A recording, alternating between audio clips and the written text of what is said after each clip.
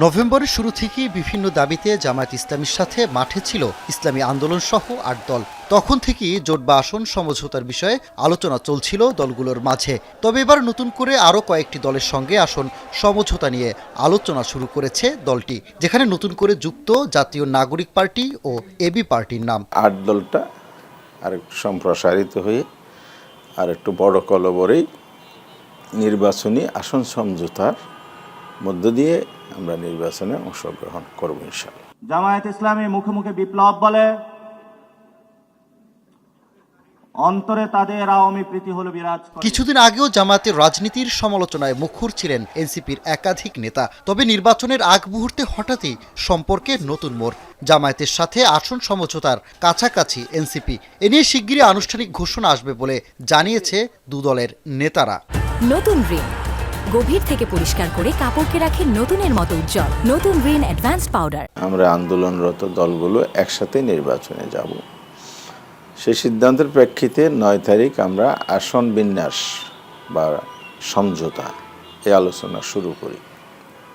এখনও সেই আলোচনা চলমান।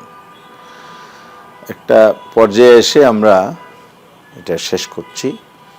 আশাবাদী হয়তো আজকালকের মধ্যে এটা ইতি টানতে পারবো। জামায়াত ইসলামীকে সংস্কারের জায়গাটায় তাদেরকে আমরা মোটামুটি পজিটিভ দেখেছি।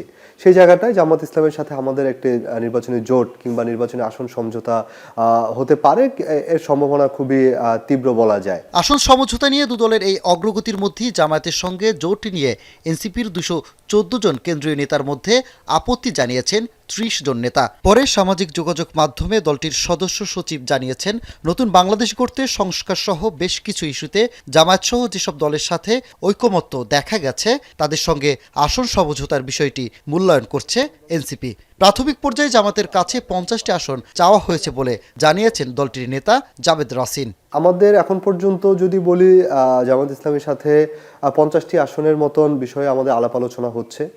এটি কমতেও পারে, বাড়তেও পারে। এটা আলাপ আলোচনা যেহেতু শুরু হয়েছে, একটা জায়গায় গিয়ে হয়তো থামবে।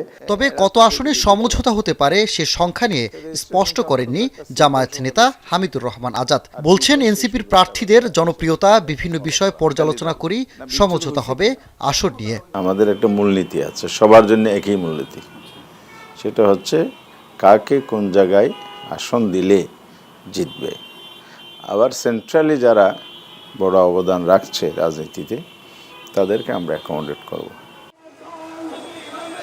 এদিকে বেশ কিছু দল বিলুপ্ত বা পদত্যাগ করে একটি দলের অধীনে নির্বাচনে অংশ নেয়াকে বহুদলীয় গণতন্ত্রের জন্য হুমকি হিসেবে দেখছে দল দুটি। সানিম মৃধা, এখন, ঢাকা।